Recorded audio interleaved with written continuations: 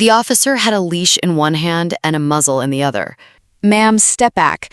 This scanner doesn't lie." That's what he said to me. 3 weeks after the memorial service I'd told myself I didn't have time for. The one they hold every November for men like John. The one I always found a reason to miss.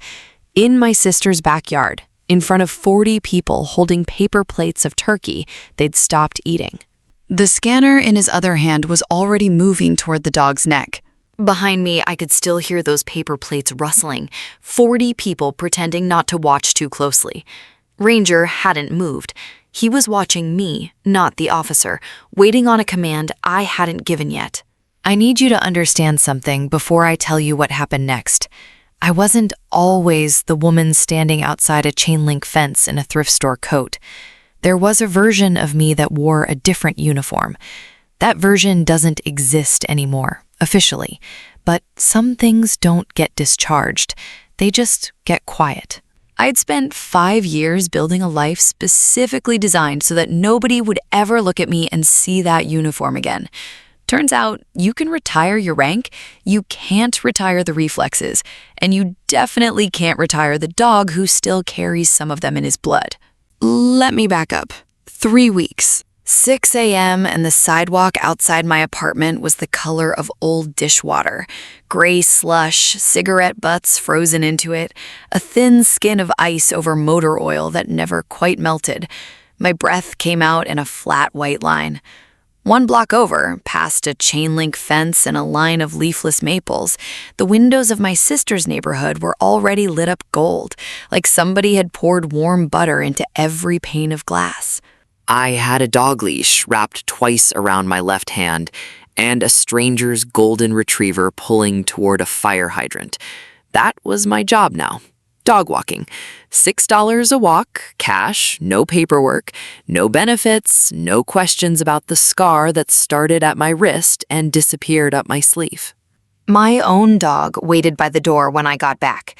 Not a golden retriever, a Belgian Malinois. 70 pounds of muscle and patience, ears up before I even turned the key. "Ranger, heel."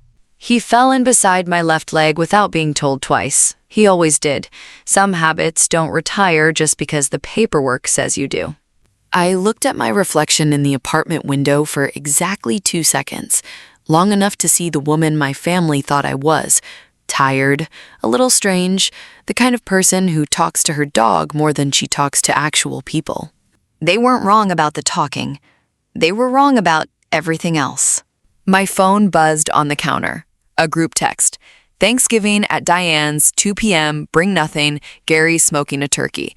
6 replies already, hearts and thumbs up, my sister's name at the top like always. I didn't reply right away. I looked at Ranger instead. "Guess we're going to a party," I said. He tilted his head. That was the extent of his opinion on the matter. The kitchen light in my apartment was the flat, cheap kind, humming, a little blue, the kind that makes everything look like a hospital hallway. On the counter, my phone lit up again, and this time it was a photo. Diane's dining room, professionally decorated, a runner of dried corn and gourds down the center of a table that seated 12. I didn't own a table that seated 12. I owned a card table and 2 folding chairs.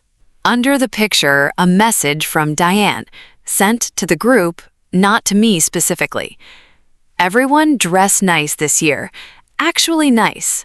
No offense to certain people who show up in hiking boots, LOL."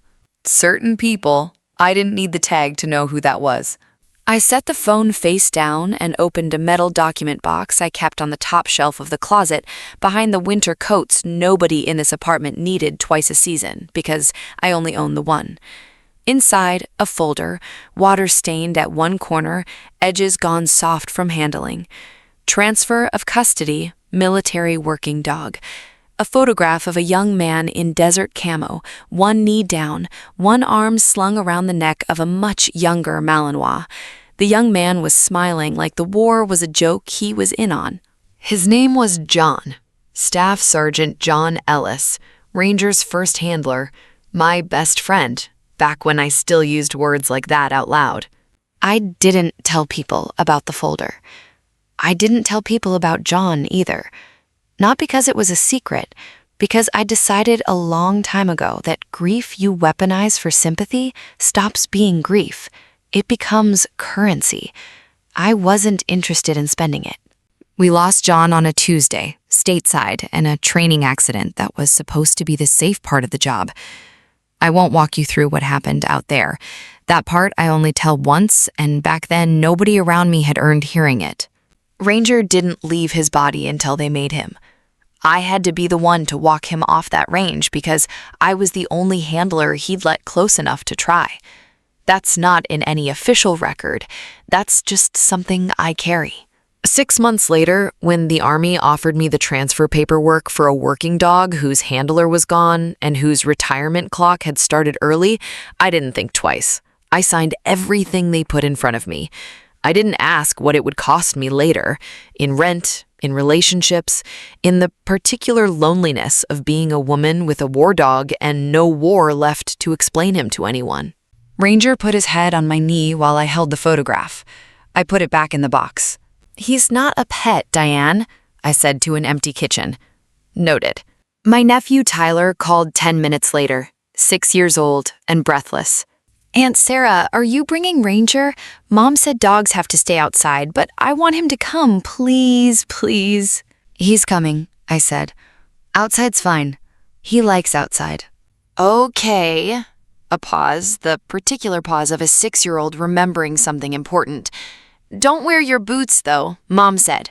I looked down at the only pair of shoes I owned that didn't have steel toes. "I won't wear the boots, bud." After he hung up, I sat at the kitchen table for a minute with the phone screen dark in front of me. There's a particular kind of tired that doesn't come from lack of sleep. It comes from being cataloged by people who think they know the whole ledger of who you are, what you're worth, what you've contributed, what column you belong in, when they've never once asked to see the real math. My family had a way of doing that, measuring a life in trucks owned, square footage, whose kid got into which school. I'd stopped trying to argue with the ledger a long time ago. I just stayed out of the room where it got tallied. Diane sent one more message before I went to bed that night. This one directly to me, no group thread. "Try to be normal tomorrow, for Tyler's sake, if nothing else." I typed 3 different replies and deleted all of them. In the end, I just put the phone on the charger and let Ranger take up 2/3 of the bed, the way he always did. Like he'd never quite believed the war was over and wanted to be within arm's reach if it started again. Morning of. I stood in front of the mirror in my bedroom, and there were exactly 2 things hanging on the door. A plain gray dress, slightly too big now, bought 2 sizes ago, and a jacket, green, faded at the shoulders where a rucksack strap used to sit, patches removed, but you could still see the darker fabric where they used to be, like scar tissue on cloth. I stood there a long time. I thought about what it would mean to wear it. What it would mean to walk into that dining room and let the jacket answer every question I'd spent 4 years refusing to answer. Let the fabric do the talking I wouldn't do myself. I thought about John's voice, the last real conversation we had, 3 days before the accident. "You're gonna let them think you're nothing, Tess, just to keep the peace?" I put the jacket back on its hanger. "Not today," I told the empty room. "Just Sarah today." Ranger watched me from the doorway, head low, the way he did when he was reading a room instead of a person. "Come on," I said. "Let's go get yelled at over side dishes." The drive over took 11 minutes, most of it spent behind a school bus that wasn't running today, parked at a stop nobody was waiting at. I used the time the way I used to use convoy time, running the terrain in my head before I was actually in it. Diane would say something about my job. Gary would mention family business like it was a scheduled agenda item, because to him it was. Tyler would want Ranger to do the one trick he knew, the sit and shake, and I'd let him ask 3 times before I gave the command, because watching a 6-year-old's face light up was worth more to me than anything waiting on that buffet table. I hadn't planned for a gas valve. Nobody plans for the thing that actually happens. That's the first lesson they teach you before they teach you anything else. The scenario you rehearse is never the scenario you get. You just train the response until it doesn't matter what the scenario is. The Hartwell house sat behind a low stone wall and an iron gate that never quite closed all the way, like it existed more as a suggestion than a barrier. I stood outside it for a second longer than I needed to, cold pressed flat against my wrists where the sleeves didn't quite reach my gloves. Somewhere past that gate, heat radiated out through the windows, actual visible heat shimmering the glass, along with the smell of cinnamon, clove, roasting turkey skin, and the thin, bright clink of wine glasses finding each other in a toast I hadn't been invited to yet. Diane opened the door before I knocked. She had a way of doing that, timing her appearances so she was never caught off guard, only ever the one doing the catching. "There she is," Diane said, to the room behind her more than to me. "Everyone, this is my sister. She does dog walking now. Very grounding work, I'm sure." A ripple of polite laughter. Somebody's spouse I didn't recognize raised a glass half an inch, like a salute to a joke. "Ranger stays leashed," Diane added, looking down at him. "House rules." "He's always leashed," I said. "Or he chooses to be. Same thing, most days." She didn't understand that sentence, and I didn't explain it. Gary appeared behind her a moment later, holding a leather folio the way some men hold a beer, like it was part of his hand. He had a lawyer's smile, which is to say, a smile that costs money and never quite reaches past the teeth. "Sarah," he said, "good to see you. We'll catch up later. Diane and I have a few things to go over with you. Family business. Your parents' storage unit, mostly. Some paperwork nobody's gotten around to signing." "Family business?" I repeated. "Nothing to worry about," he said, in the exact tone people use when they want you to worry about it later, alone, with no lawyer of your own. I clipped Ranger's leash to the porch railing at the edge of the yard, near a maple that had already dropped every leaf it owned. Marcus Webb was out front of his own house next door, coiling up a garden hose that didn't need coiling in November, in the unhurried way of a man who decided to be outside right when I arrived. He lifted 2 fingers off the hose in something that wasn't quite a wave and wasn't quite a salute either. It landed somewhere in between, the way certain gestures do between people who recognize something in each other's posture that most civilians never learn to see. "Ma'am," he said. "Marcus," I said back. Neither of us said anything else. We didn't need to. That's its own kind of conversation, the kind that happens entirely in the set of somebody's shoulders.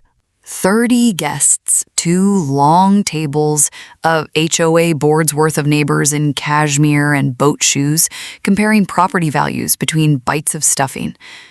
I stood near the edge of it holding a plate I wasn't eating from, listening to Diane recount, for the 3rd time, a story about a kitchen renovation. "Sarah's more of a outdoors person," Diane said at one point, gesturing at me with her fork like I was a landscape feature. "She used to be in the military, actually. Logistics or something. Filing, mostly, I think." Filing. 4 deployments, 3 of them spent walking in front of convoys with 70 pounds of trained muscle at my hip, sniffing out things designed to kill both of us. Filing. "I heard you," I said. "Pass the potatoes." "You know," Diane said at one point, swirling wine she'd already had 2 glasses of, "growing up, Sarah was always the one who needed the attention. Dad's little soldier, running around the yard like she was already enlisted at 10. I think some people just never grow out of needing an audience for their sacrifices." I'd heard a version of that line since we were teenagers, back when Dad called me soldier as a joke and Diane heard it as a scorekeeping. I don't think she ever stopped keeping score. I let that sit in the air a moment before I answered, because I'd learned a long time ago that the fastest way to lose an argument is to answer it at the speed it was thrown. "I don't need an audience, Diane," I said.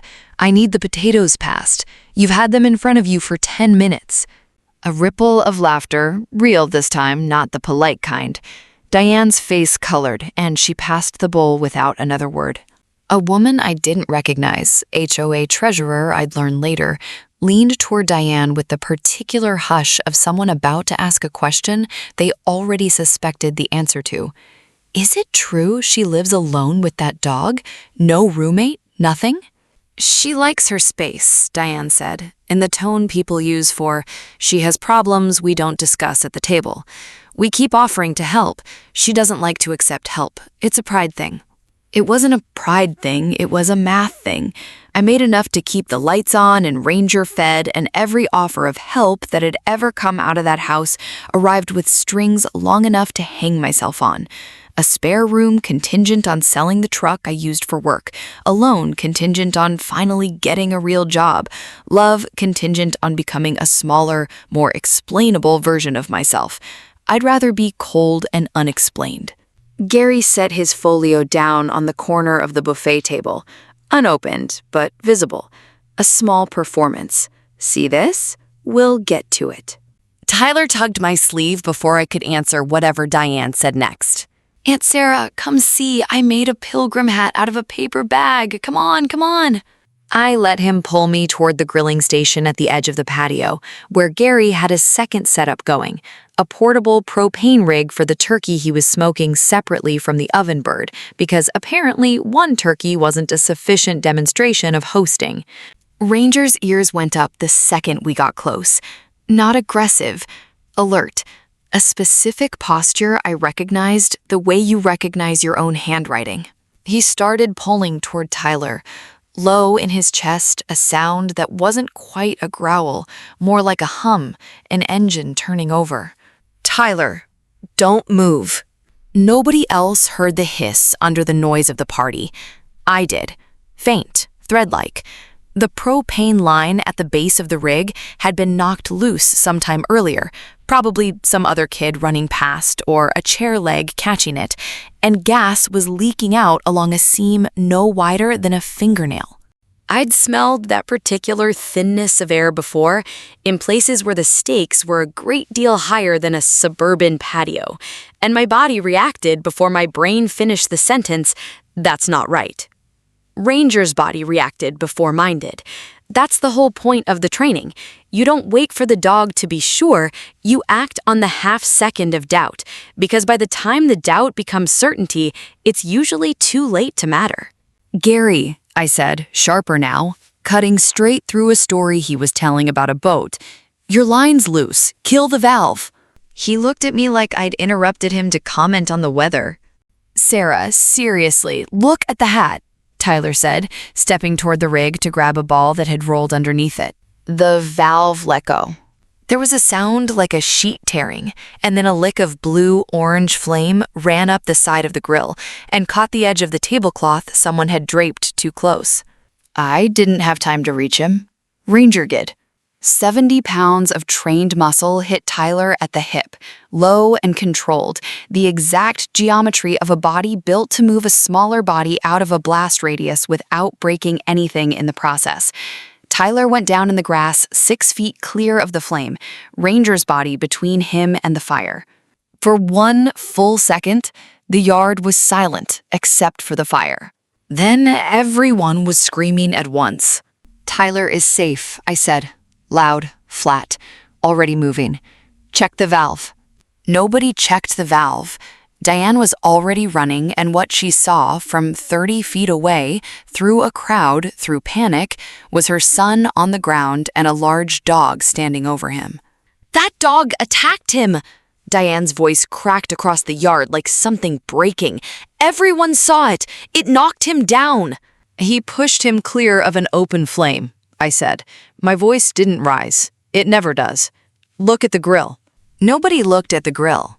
Grills don't make for a good story. A dog does. "Call animal control," Diane said, already dialing. "Call them right now."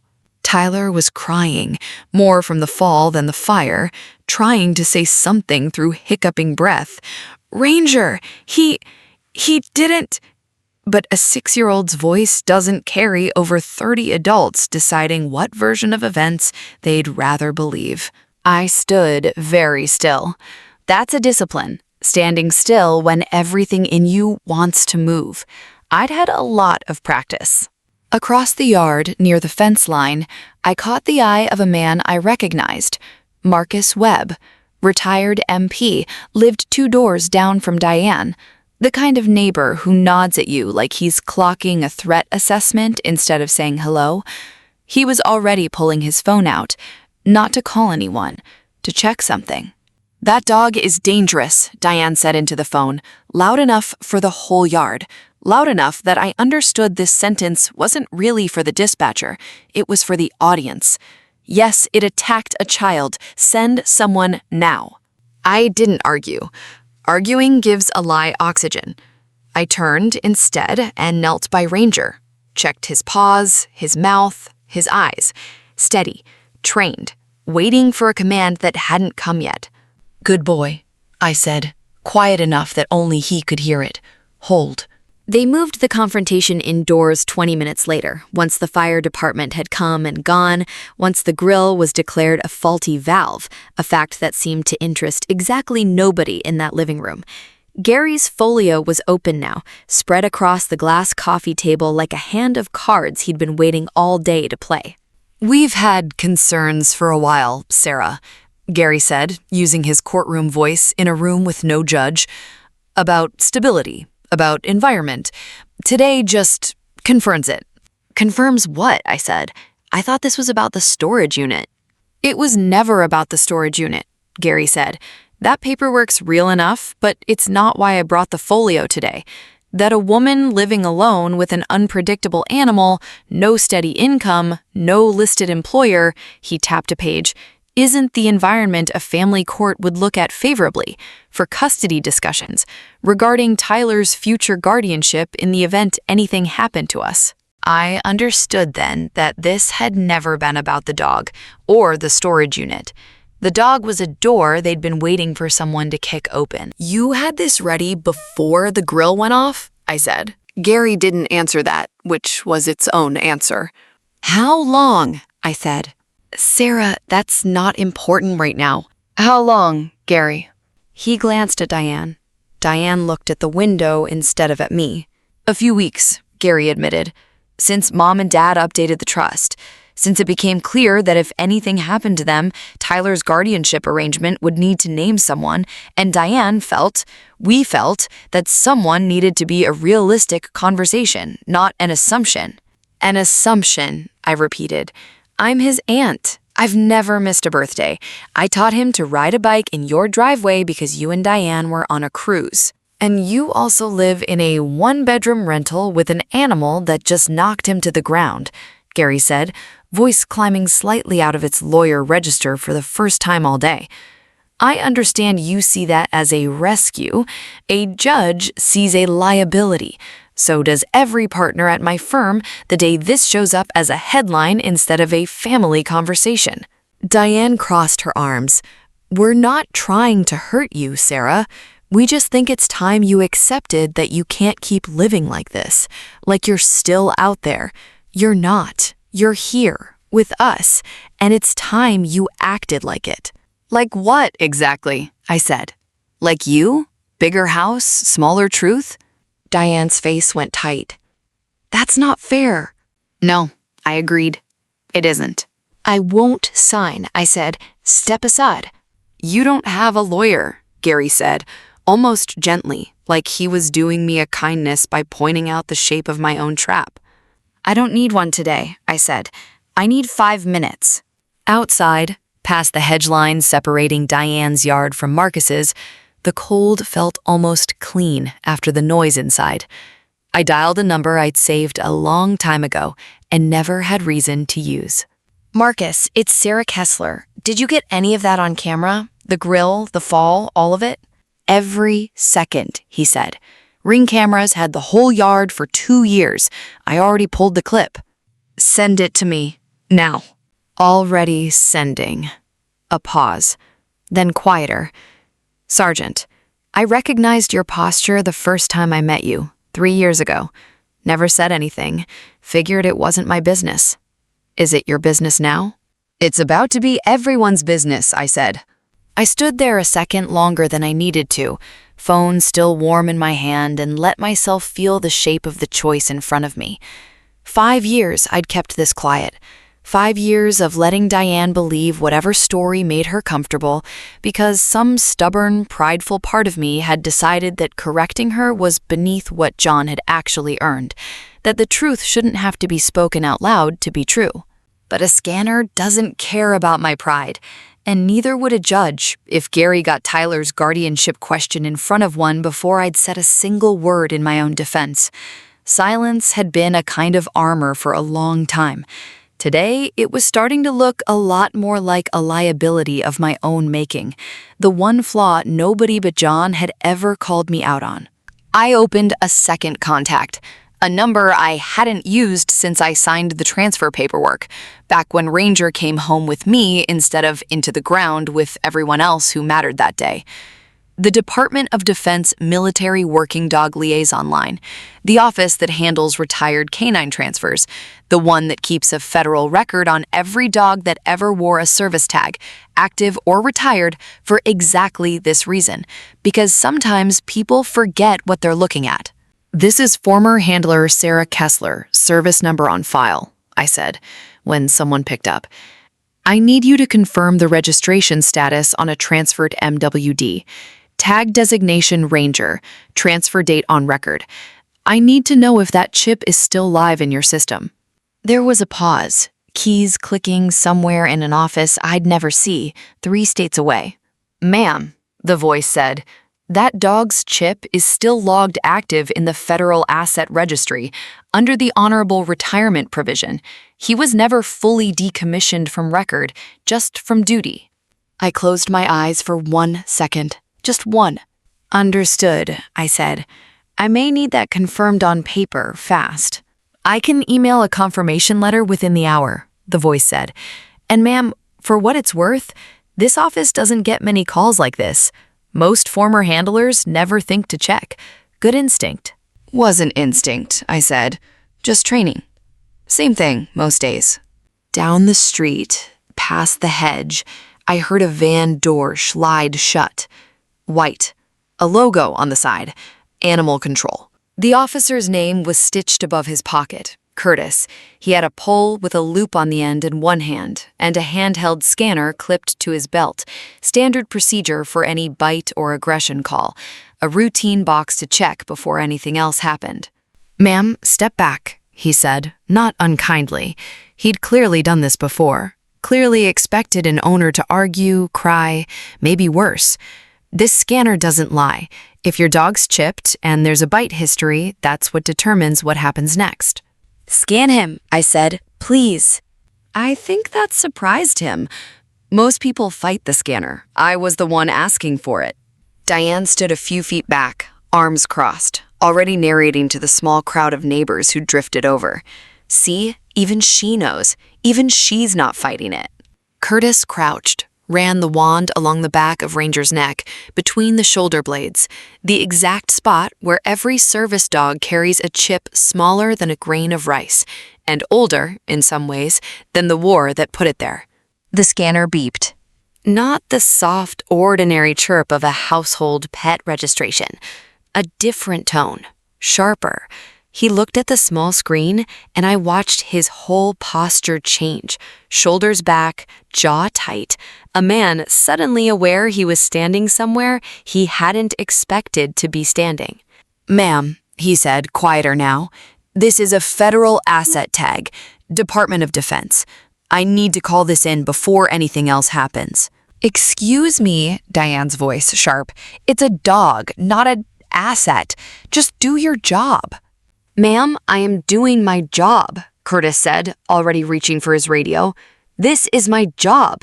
15 minutes is a long time to stand in a stranger's front yard while your sister explains, increasingly loudly, that you have ruined Thanksgiving. It felt shorter than that. It felt like no time at all, and also like every deployment I'd ever come home from compressed into one driveway. 2 vehicles came up the street. The first was plain, government white, MP markings on the door. The second had a small caduceus and star insignia I hadn't seen up close in years, the kind stitched onto a collar, not a bumper. Any report of interference with a federal working dog registration routes through both offices at once, the DoD liaison had told me on the phone. Provost Marshal's office and Veterinary Corps, moving in parallel so neither one waits on the other. A woman stepped out of the second vehicle first. Lieutenant Colonel's insignia, Veterinary Corps. She moved like someone used to walking into rooms where the room didn't know yet that it was about to change. Lieutenant Colonel Renee Okafor, she said, to no one and everyone. Veterinary Corps liaison. I understand there's a question about an active status military working dog? The MP came around from the driver's side of the first vehicle. Captain's bars. A face I didn't need a name tag to place. Whitmore. Older now, grayer, but the same set to his shoulders I remembered from a briefing tent a long time ago, in a different country, when I still went by a different rank in front of my name.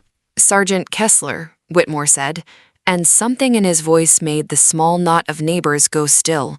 A raised phone lowered halfway, someone's sentence left hanging in the cold air. Didn't expect to find you here. Didn't expect to be here, sir, I said. You dropped off the map after Ellis, Whitmore said, quieter just for me. Nobody could get an address that stuck. I wasn't hiding, I said. I just stopped answering when people called to feel better about themselves. He almost smiled at that. Almost. He looked past me at Ranger, sitting exactly where I told him to hold, steady even now, even with strangers and radios and raised voices all around him. That your dog? Whitmore asked. That's Sergeant Ranger, I said. Retired with honor. Handler of record John Ellis, killed in a training accident, transferred to my custody after. I've had him 5 years. Whitmore's jaw tightened. He knew the name. Everyone in that unit had known the name. The funeral with the folded flag and no body to bury it over, because there hadn't been enough left to require a full casket. A detail nobody in this yard would ever need to learn from me. A pressure plate rig had let go during a routine refresher course, the kind of freak mechanical failure that isn't anybody's fault and is somehow everybody's fault anyway, because a man is dead and the equipment is fine. I'd been 40 feet away. I remembered the sound more than the sight. A flat clap, like a door slamming in another room, except the room had been outside and there wasn't supposed to be a door. I'd never said any of that out loud to anyone in this yard. I wasn't about to start now. I remember signing off on that transfer, Whitmore said. Didn't think I'd ever see it come up again in a backyard in the suburbs. Neither did I, sir. Okafor knelt in front of Langer, checked his eyes, his gait, ran her hand along his flank and watched him track her movement with the loose, unbothered attention of an animal with nothing to hide, the same way I had 20 minutes earlier, except with the calm authority of someone who'd done thousands of these evaluations and never once needed to raise her voice to conduct one. She had him walk a few paces, sit, stay, all without a word from me, reading his temperament the way you'd read a polygraph, except this test didn't lie any more than the chip scanner had. No resource guarding, no fear aggression, no reactivity to strangers or raised voices, she said, half to herself, half for the report she was already composing in her head. Whatever moved him today, it wasn't temperament failure. It was training doing exactly what training is supposed to do. He's in excellent condition, she said, standing. Then to the yard at large, in the specific tone of someone reading something into an official record, this animal holds honorable retired status under Department of Defense working dog policy. Destruction of a retired MWD without cause or interference with its federal registration is a matter this office takes seriously. I'll need a full account of what happened here today. Diane's mouth opened and closed once before anything came out. It's a dog, she said, in my backyard that attacked my son. Ma'am, Whitmore said, and I watched him become, in one sentence, every officer I'd ever respected. That's Sergeant Ranger, retired with honor. I'd choose the next thing you say very carefully. Officer Curtis, still holding his now useless capture pole, took a full step back from it all, the universal body language of a man who understood he'd walked into something several pay grades above the call he'd been dispatched for. Sir, Curtis said to Whitmore, what do you need from me? A copy of your incident report, your dispatch log, and about 10 more minutes of your afternoon, Whitmore said. This just became a joint matter. Curtis pulled a small notepad from his jacket and started writing, glancing up every few seconds like a man trying to catch up to a situation that had outpaced his training in real time. For what it's worth, he said, quite enough that it was mostly for me. I've scanned probably 400 dogs this year. Never once gotten that tone before. Didn't know it existed outside of a training video. Most people don't, I said. That's kind of the point of it. Marcus arrived on foot from next door, phone already in hand, the clip queued up. Captain, he said, retired MP. I live next door. I've got the whole thing on camera if you need it. Whitmore nodded once. I need it. The footage played on a phone screen in the middle of a front yard on a holiday afternoon, and it told a story with no editorializing at all. A gas line letting go, a dog moving a child 6 feet clear of open flame with the same economy of motion he'd have used to move him out of a blast radius. Because to Ranger, that's exactly what it was. Whitmore turned to Tyler, who was standing near his mother, small and pale, still holding a paper pilgrim hat that had gone soft and crumpled at the brim. Son, Whitmore said, crouching to his level, voice gentler than I'd heard from him in 15 years. I need you to tell me the truth. Can you do that for me? Tyler looked at his mother. Diane's eyes locked onto his, sharp, silent, the particular pressure a child feels without needing a single word spoken. I watched him hesitate, 6 years old, caught between the person who tucked him in every night and the truth sitting right in front of him in the grass, still favoring the hip he'd landed on. It wasn't a small thing I was asking of him, even though I hadn't asked him anything at all. Nobody had to. The moment just arrived, and it was his to answer. Tyler looked back at Whitmore. He pushed me, Tyler said, voice shaking but clear. He pushed me away from the fire. He saved me. The yard went silent in a different way this time. Not shock, something closer to a held door finally swinging shut on its own weight. What came after wasn't loud. That surprised the neighbors more than anything else that day, I think. They'd been braced for a shouting match, and what they got instead was paperwork. Whitmore's report noted, in the flat language of official documents, that a false report of aggression had been filed against a federally registered retired military working dog, that the filing party had initiated destruction proceedings without cause, and that this would be referred both to local authorities for the false report and to a separate federal review given the animal's registration status. Okafor added her own line beneath his, in the careful cursive of someone used to writing findings that would be read by people who weren't in the room. Animal evaluated, sound in body and temperament, no indication of aggression consistent with training or history. Gary tried, twice, to interject with the language of his own profession, liability, jurisdiction, I'd like to see the specific statute, and both times Whitmore reminded him, without raising his voice even slightly, that everything being said was going into the record. You understand, Whitmore said on the second attempt, that filing a false report to obstruct a federal asset isn't a civil matter you can negotiate your way out of over Turkey. There's a process. You're now part of it. Gary went quiet after that, in the specific way of a man doing math about how much this afternoon was going to cost him. Diane's silence, when it finally came, was the loudest thing in that yard all day. Someone from the HOA board, a neighbor I'd never spoken 2 words to, quietly told another neighbor that there'd be a meeting about the presidency, sooner rather than later.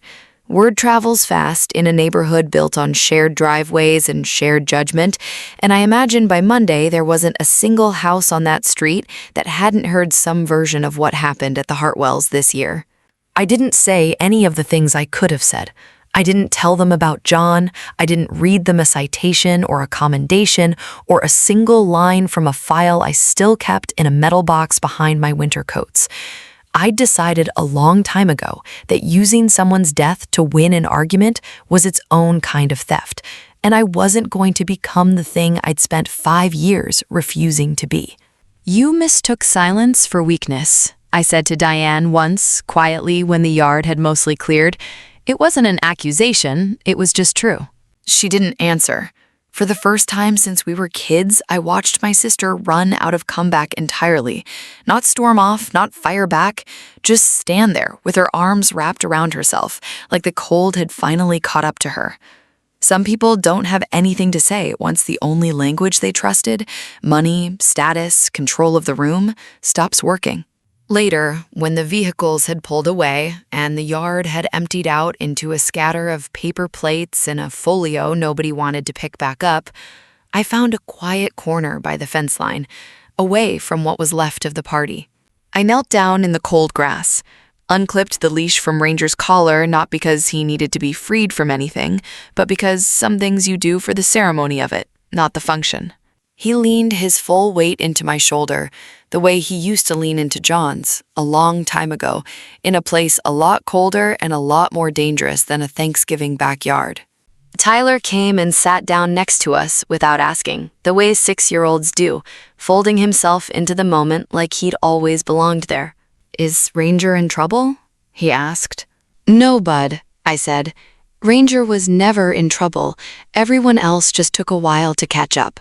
Tyler reached out and rested his small hand flat on Ranger's back, right between the shoulder blades, right over the spot where a scanner had found something none of us could see with the naked eye. But that had been true the entire time regardless.